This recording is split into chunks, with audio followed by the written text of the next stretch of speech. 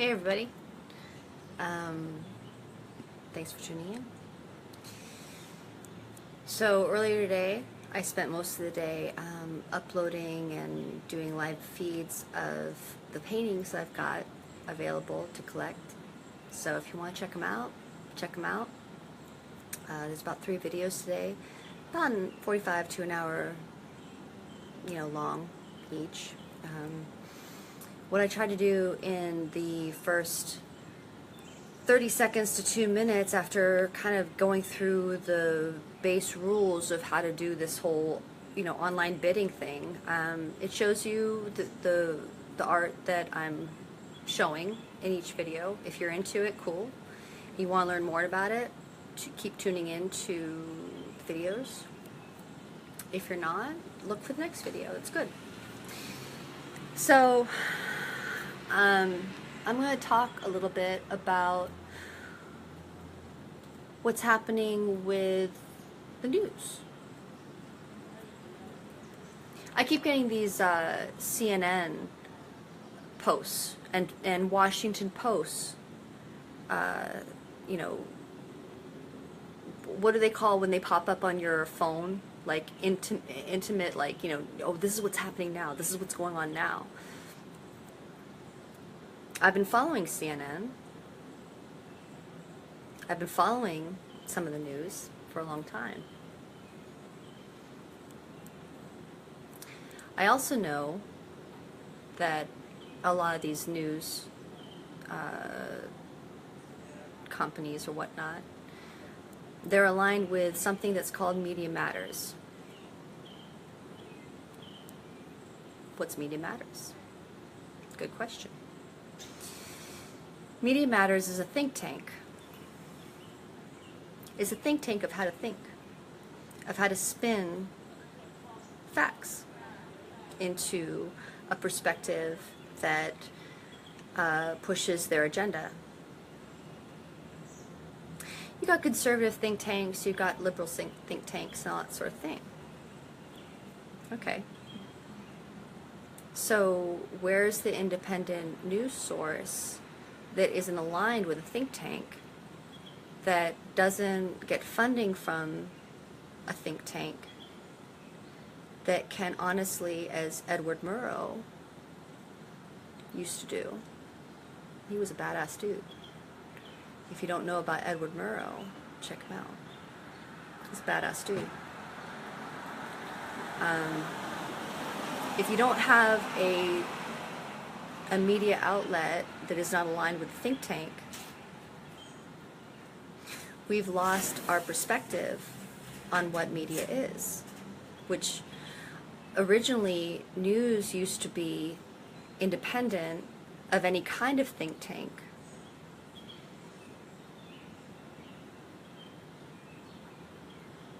Do you guys know what it's like to not listen to information without a think tank? Things happen in the world. People say certain things that get attention. Are we allowed to listen to them in the context of what they originally were meant to be said and take it as goodwill? And I keep saying the word goodwill because it's lost. That word's lost in so many different things. Think tanks spin. I'm in the arts.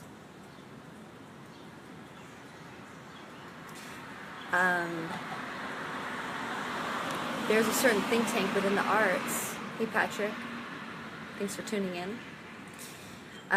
There's a certain spin on everything in order to be successful in the arts. Do you ever hear of Genesis Porridge? Forgive me. Genesis Porridge.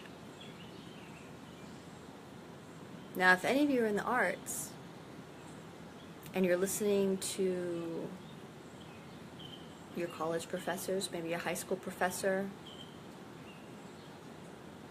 and they're telling you, You know, this is what you need to align yourself with mentally and socially to be an artist.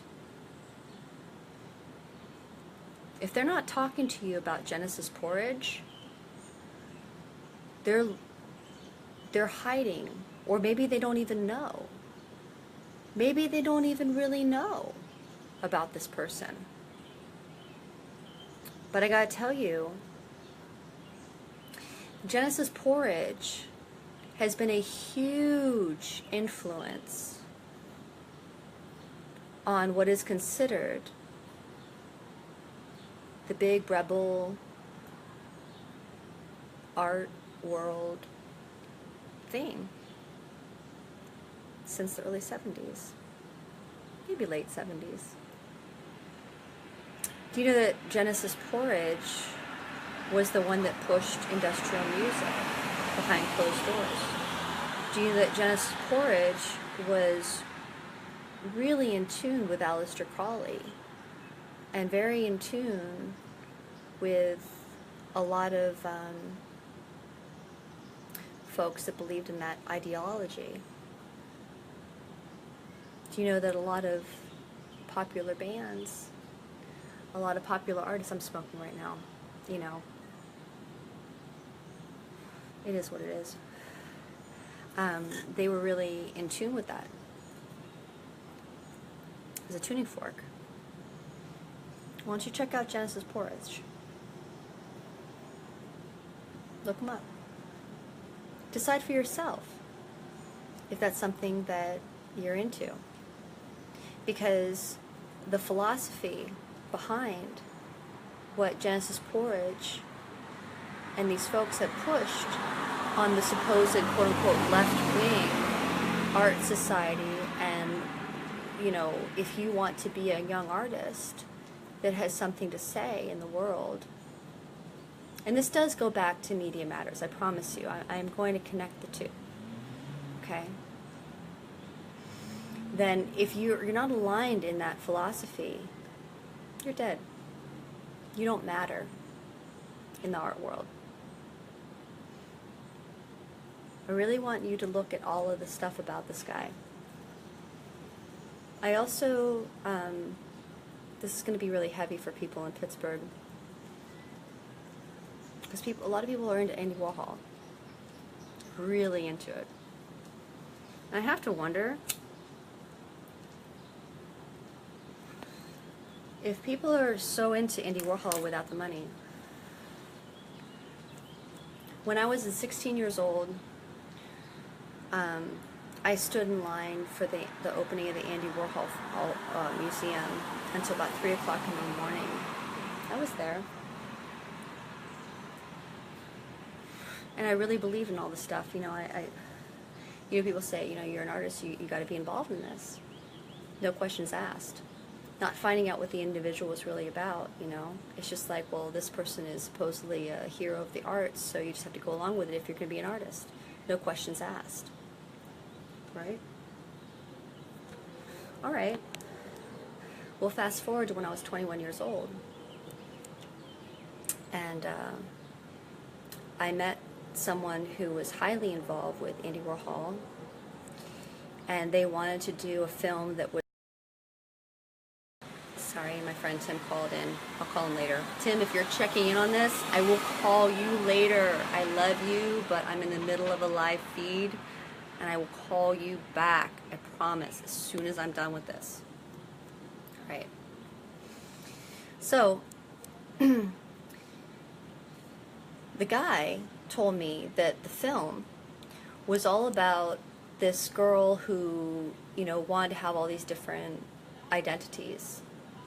So what we were going to do with this film was that I was going to pretend, and this was in real life, getting into different cars, going across country, and every single time I got into a different car, I was supposed to be a different personality because I was running away from something. And to me at the time, it felt really deep, and it felt really honest, and I could connect with that.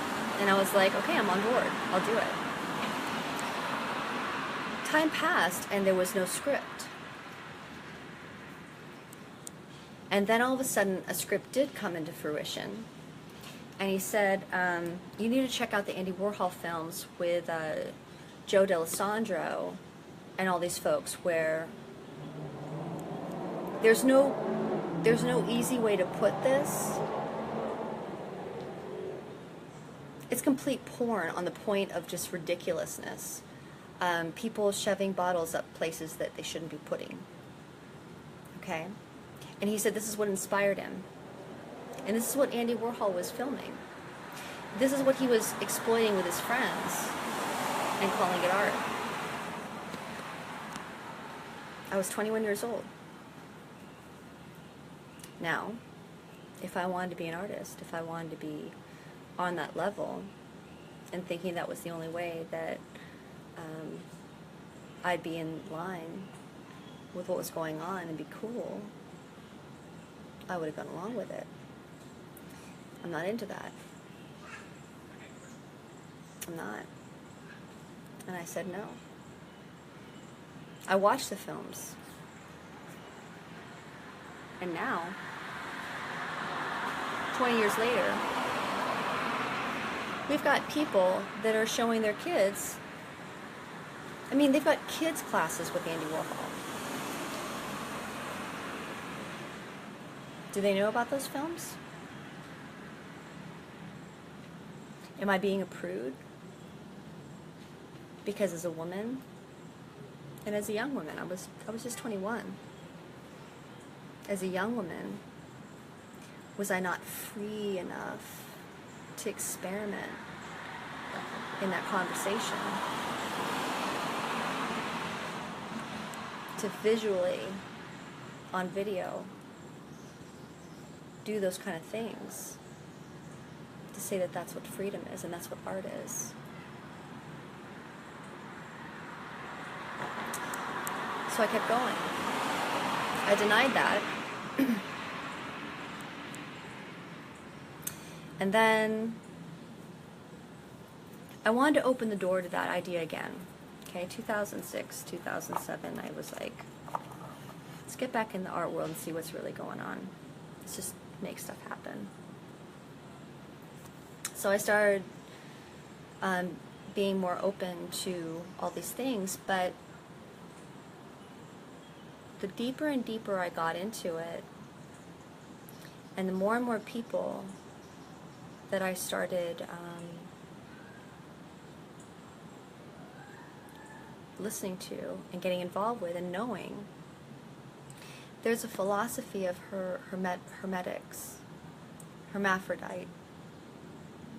This isn't a philosophy of just changing your sex.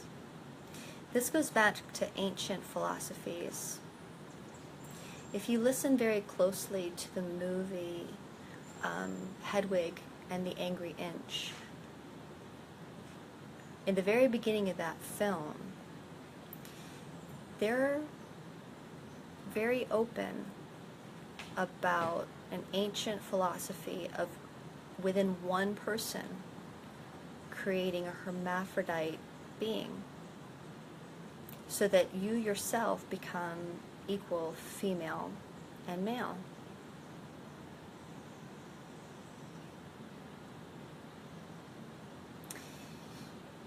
You fast forward to what's happening now with transgenderism. It's not just a popular cultural thing and a trending thing. It's a very ancient philosophy of hermaphrodite. That's what it is. Okay? And I'm going to reveal a veil. I have nothing to lose anymore about speaking these truths. Okay? I have nothing to lose about talking about this stuff. But those that care and those that truly want to understand what's going on, you'll tune in and you'll listen. Okay? But the idea of taking a male and a female entity into one body is not anything that has anything to do with just pop culture. It's very ancient Babylonian philosophy. It's very Luciferian. That's what it is. I try very hard not to talk about labels very much, but this is in fact a very Luciferian concept. Okay? It takes apart a lot of things that in nature create amazing beauty and real connection and family and love. Alright? So let's fast forward to right now with where we're at with how does this all connect to Media Matters? How does this connect to Media Matters? Okay? I'm going to lay it on the line. Media Matters is owned by a specific gentleman. You can look up his name. I'm not going to say it here. You can look it up. He's highly involved in this kind of thing, this kind of philosophy.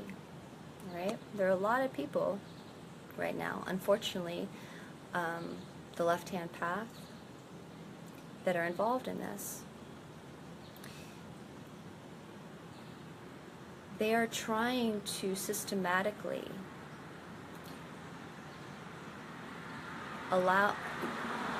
seduce many people to think that this is normal and this is okay. They're not going to tell you the whole truth of what it takes to get involved with this hermaphrodite concept. And if you just tuned in, hi Cameron, hi sweetheart, how are you? It's my little cousin, he's a sweetie. Check out Genesis Porridge. Look at what his journey was.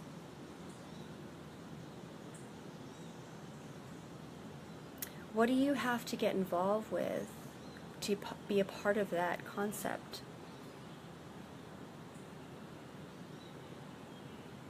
Look up his history. Do you know that he just got recently in high fashion? Genesis Porridge got recently pushed into some big advertising campaigns for fashion, and they're saying that he's just this amazing artist and he's like the start of everything. And I'm not trying to completely devalue Genesis Porridge as a human being, okay?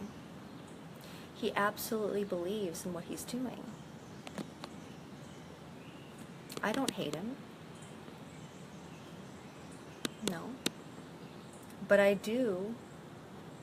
I'm not into what he's involved with. And I'm not into exploiting people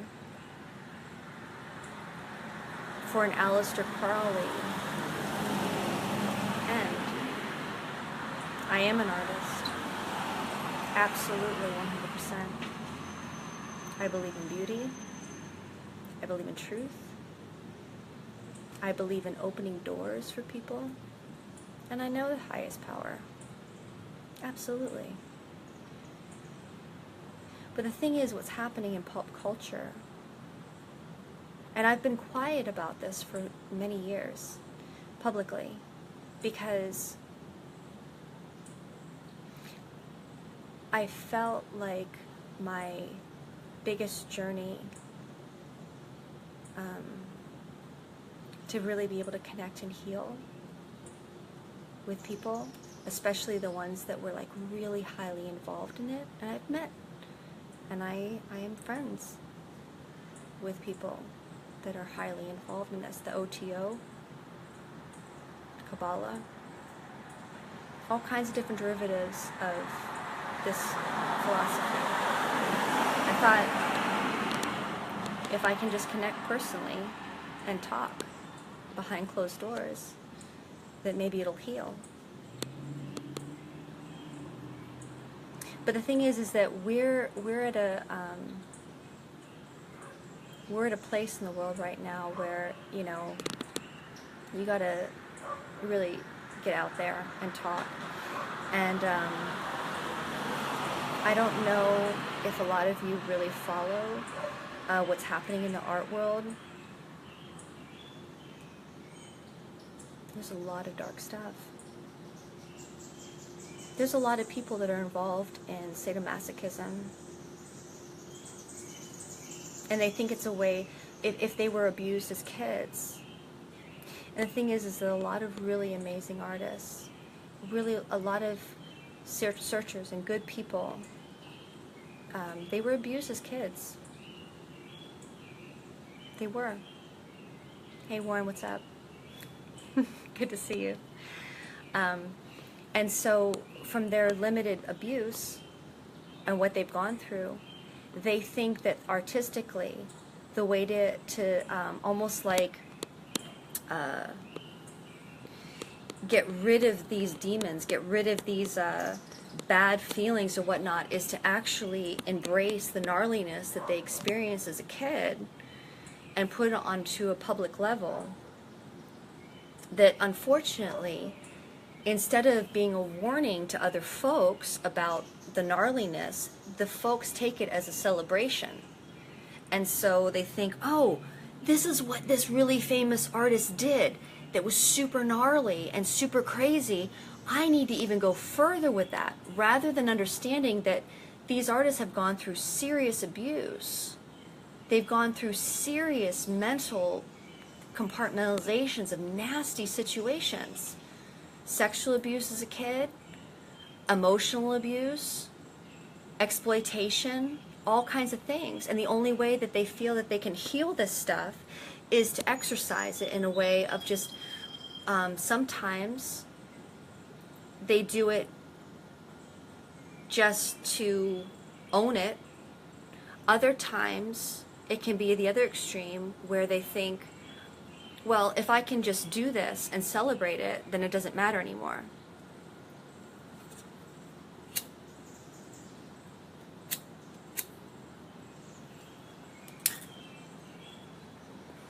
Either way, it doesn't fix anything. And it gives the youth this idea of glorifying something that is hurtful and painful. So let's go back to Media Matters. There is a specific person, his first name is David, that's all I'm going to say, you can look up the rest, who is highly involved in this kind of occult thing. It's a left-hand path. If you don't know about the left-hand path, check it out. They're involved with things that are very, I'm trying to be very diplomatic about who's listening right now. Because there's some people that they're Christians, or they're just, they're innocent and they don't want to know this stuff. And they're already on the right path. My little cousin Cameron, he's already in an amazing path. There's certain things he doesn't need to know about. But sometimes ignorance in knowing about something or not knowing about something can create a pitfall. So Media Matters is headed by this guy named David. I won't say his last name. He has been highly connected to these different cabals. And when I say a cabal, there are people in this world that get involved with some really gnarly stuff. They get involved with sadomasochism, they get involved with human exploitation, they get involved with pedophilia.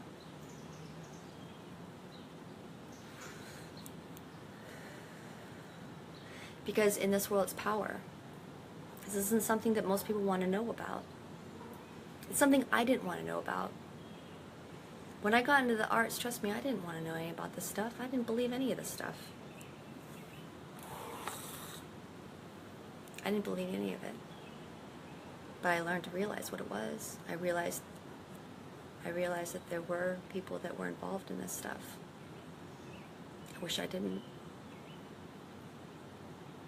I do. But once you find out something,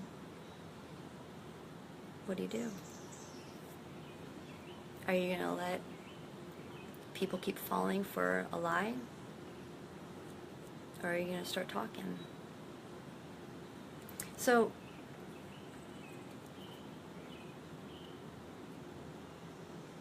if you own a company, a think tank like Media Matters, and you're involved in this sort of thing, it's your number one priority to make sure, number one, that the real things that are going on behind closed doors. What's up, Dino? I'm talking about this right now. You inspired me to talk about this. So here we go. By the way, if I get shot, or if I just like die in the next year, you'll know why. I'm just gonna put it out there. I mean, God's got my life, but you know, I'm just gonna speak the truth. I've got no fear. So, and quite frankly, if I do die, I'm just gonna go to a whole other level, and it's gonna be fantastic, right? Exactly. You know what I'm talking about, do you know? So, if you've got these people that, okay, there's a movie. I truly am not trying to sway from the subject. It's just so heavy and so in depth that I'm just trying to figure out a way to enter the conversation. There's a movie called The Believers. All right? It's from the 80s. And you know, a lot of films, through fiction, tell a lot of truths about what's going on in the world. I watched this film, The Believers. Martin Sheen stars in it. Back when I was like 13 years old. I think it came out in like 87. I wasn't 13 at 87, but when I did watch it, I was probably like 13. It was on the Superstation before Fox became Fox. So it was called the Superstation. And they played old movies all the time. And I'd watch it, okay? There was something about this film that in my heart said, this is real. This isn't just a film.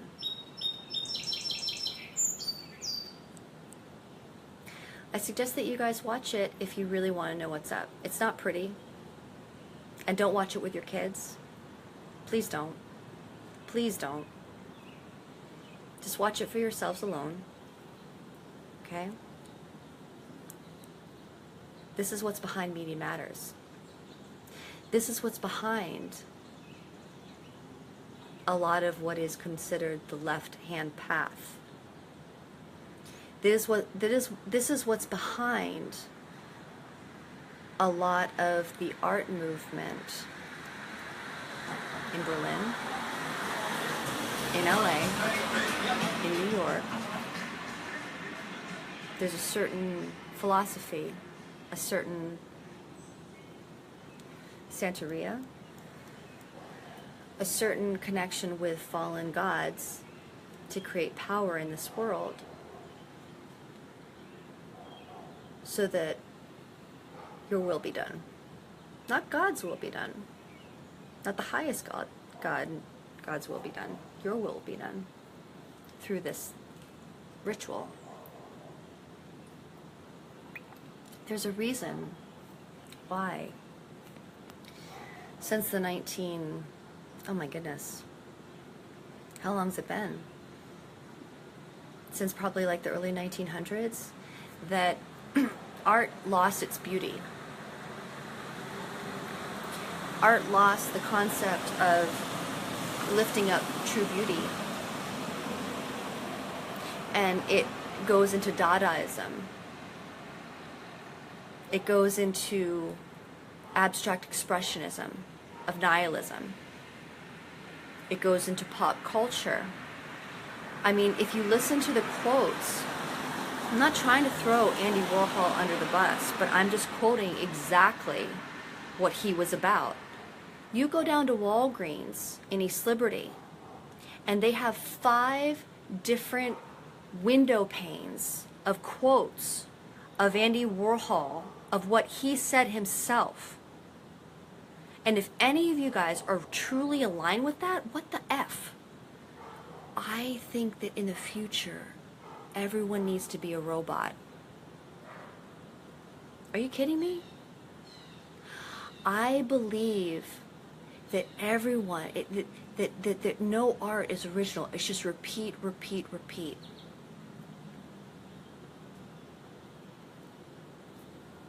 If he didn't have a ton of money behind him and a whole bunch of people telling him how great he was, if you read that out of nowhere, you'd be like, this guy's an asshole. Seriously? But we give power, and we all of a sudden just like our minds just go, oh, that sounds so great. Why? Because he's got a whole bunch of attention, a whole bunch of media behind him saying how great he was, and you've got a whole bunch of supposed collectors. Who are these people that collect this kind of stuff? Who collects that kind of stuff? That say he's one of the greatest artists of the 20th century.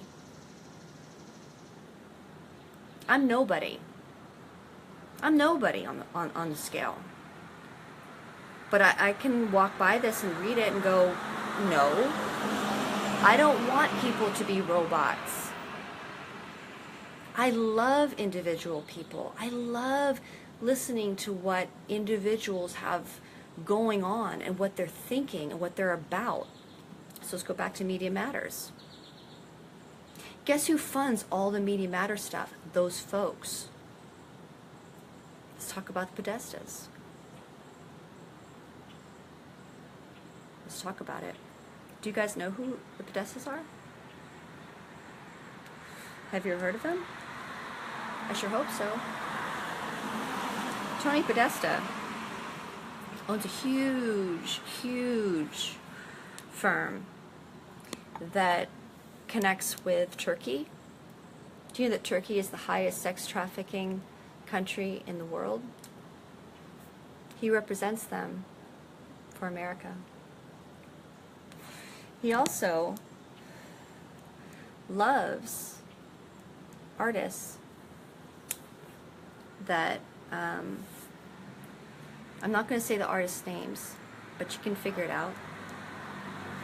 He loves art that is involved with child exploitation, sexualizing of children. He's not just one. It's not just one person. He's an example, but it's an individual that's down with it. He's down. He's down. Why is it since the 1970s there have been more children who've been sexually abused, thrown into foster care, and gotten exploited? Why so many young people think that they need to become these kind of things for money or whatnot? Let's go back to Media Matters. Do you know how much money that think tank gets? Who's funding Media Matters? And the thing is that they use the word liberal. Okay, what's that word? What does that mean? Open-mindedness? Open-mindedness for what? Open-mindedness for what? Media Matters runs Washington Post through John Podesta, who, as soon as he was done with Hillary Clinton's campaign, he was immediately hired by the Washington Post. For what? Do you think he's just a journalist? Do you think he's going to be hired just as a journalist? Nope.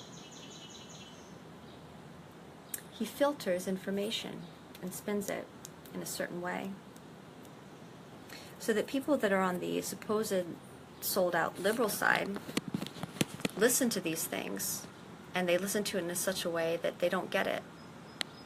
They don't see the whole picture of what all this is about. Washington Post is involved. The New York Times is highly involved. CNN is involved.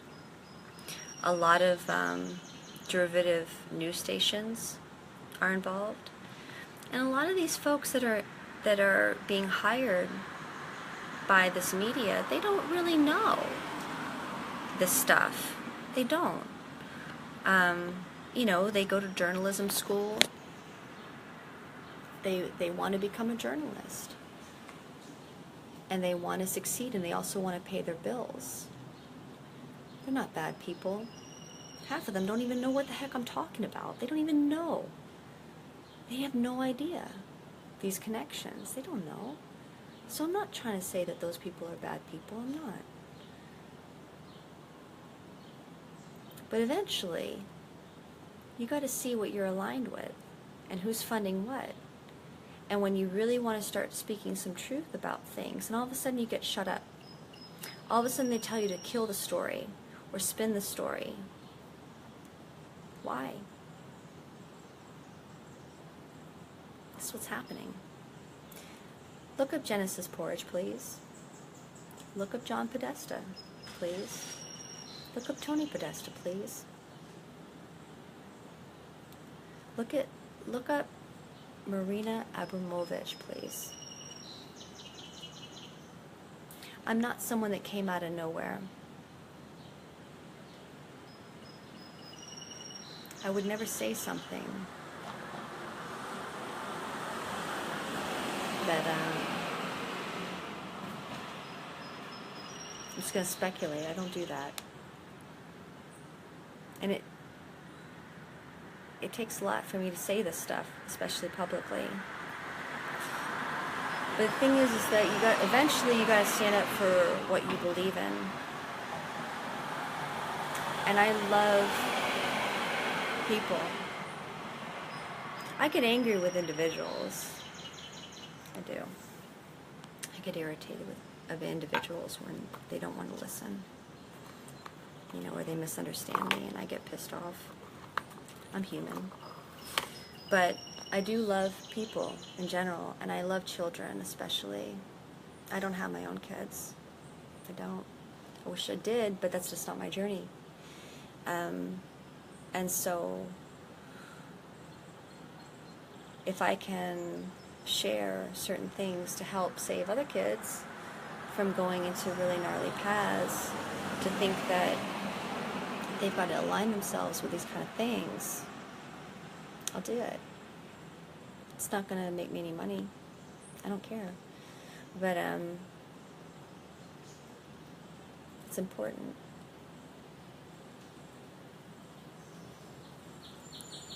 It's really important to look these things up. The transgender agenda. Here's a triggering conversation. I wish I could say that it was what they're telling you it is. It's not.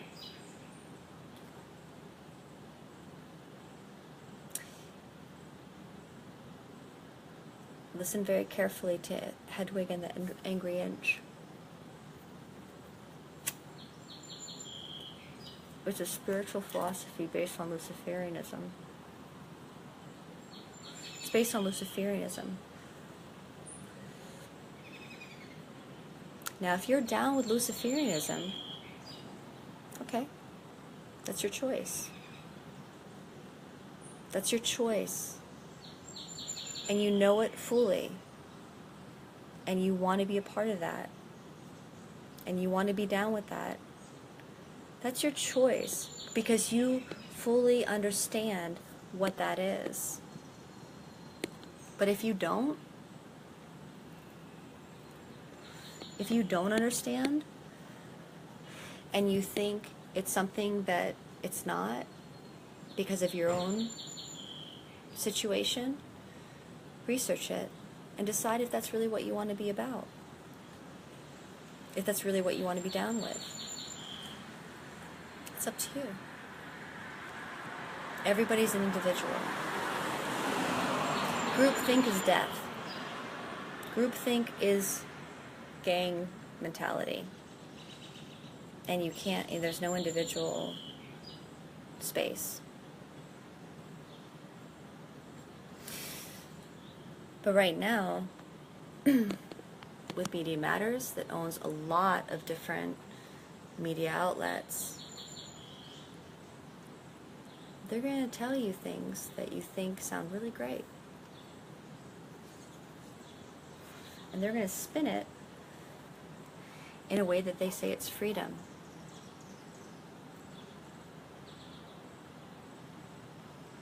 I'm going to tell you something.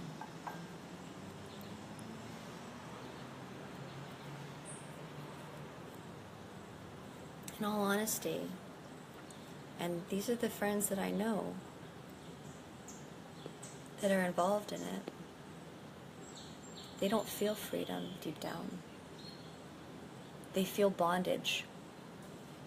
They feel bondage. That's not freedom.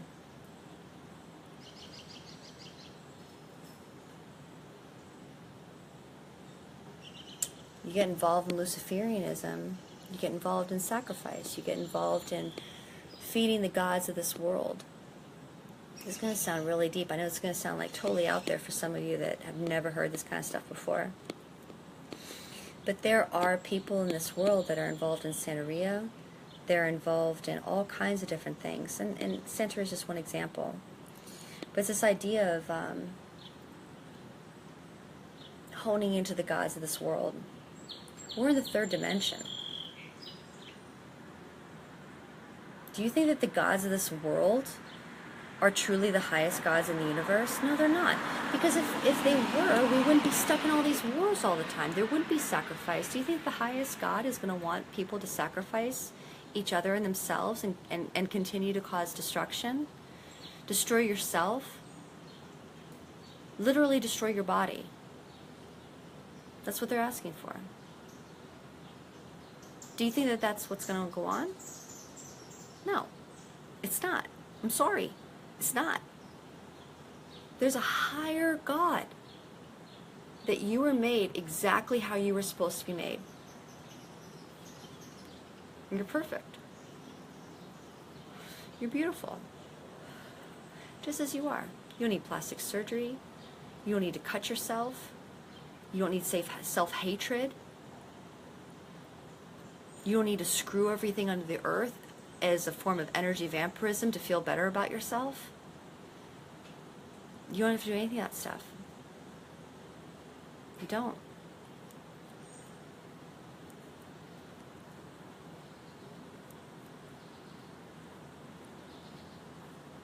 All right. This is a really heavy talk. Look up Media Matters. You can decide for yourself. Everyone's an adult. Everyone has their own mind.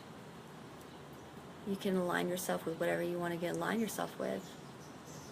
You know, it's fine, whatever. But just know what you're aligning yourself with, truly. And I gotta tell you, the folks that are creating all this destruction, they're Luciferian. If you want peace, if you want love, if you want your energy and your body and everything that comes along with it to align with beauty, you're not going to be down with that. Hey Jeff, what's up, man?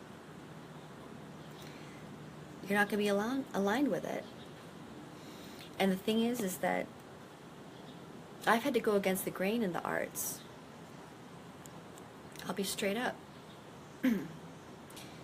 Don't you think that I was given that opportunity to be a voice for that other side? I'm halfway smart, halfway good looking. People were listening to me for a while. I was doing some art. I was around certain circles, things were happening. Things were happening. But I started recognizing what was going on. And I said no. I was told by a big art gallery in West Hollywood back in 2011, they were like, all right, we could market you. We like your look, but you need to be darker.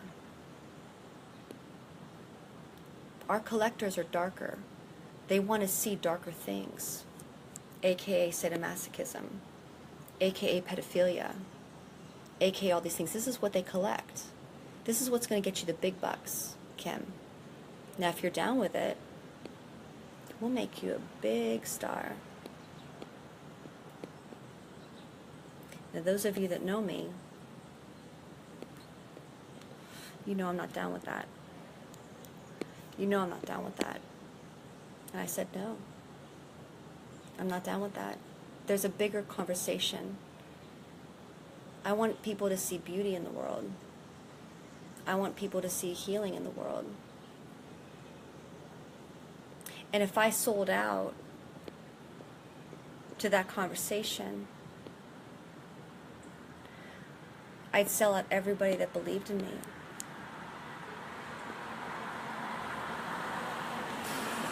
There's a connection. I'm just one person. But there's a connection to the bigger powers that run this world, that want a certain conversation, that destroy people. They destroy their innocence. They destroy their joy. Kimberly. Yes, Mom. Can we interrupt you to have some wonderful homemade pizza? Okay, Mom wants me to have some pizza. It is super tasty. Hey, Mom. Got to come. She'll Okay. come back and visit with you again after her pizza. All right. You can't All right. miss out on it. Deep conversations, then pizza gets interrupted. All right, Dino, thanks. Thanks for listening. Jeffrey, thanks for listening. You know, the point is that we all have that decision to make, especially as artists. And right now, I'm speaking specifically to artists.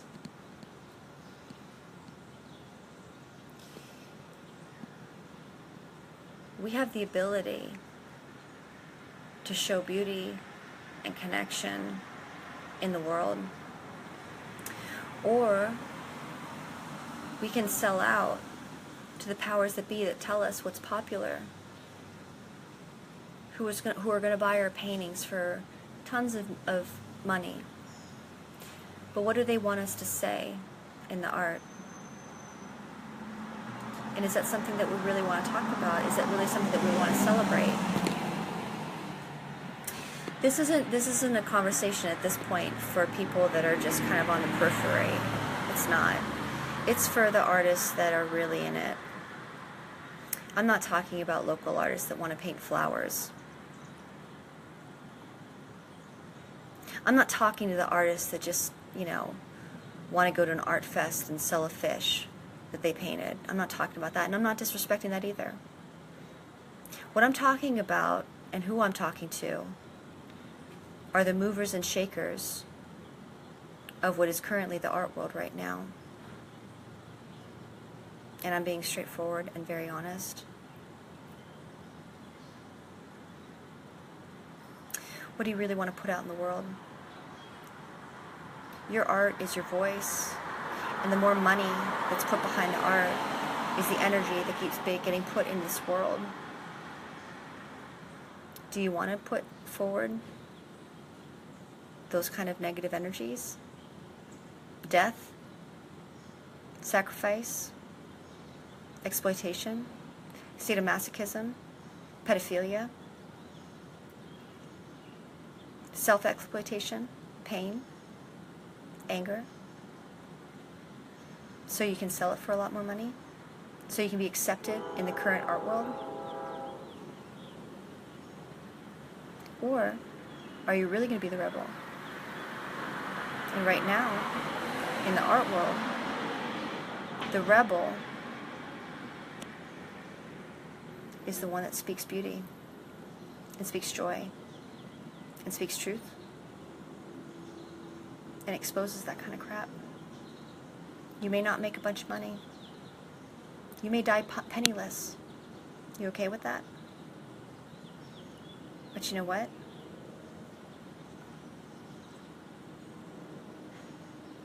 You spoke real. And people may not understand it right now. They may understand it 50 years from now. They may understand it 100 years from now. But you listen to your gut.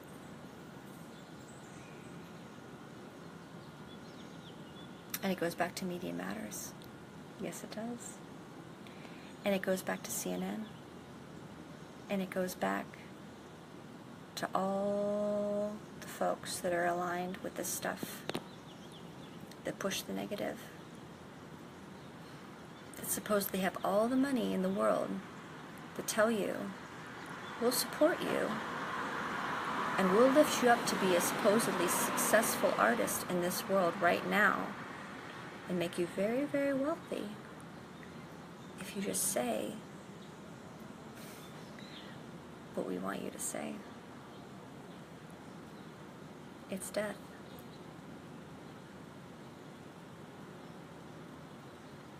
Check out Genesis Porridge, please. Look up Aleister Crowley. Do you want to be aligned with that?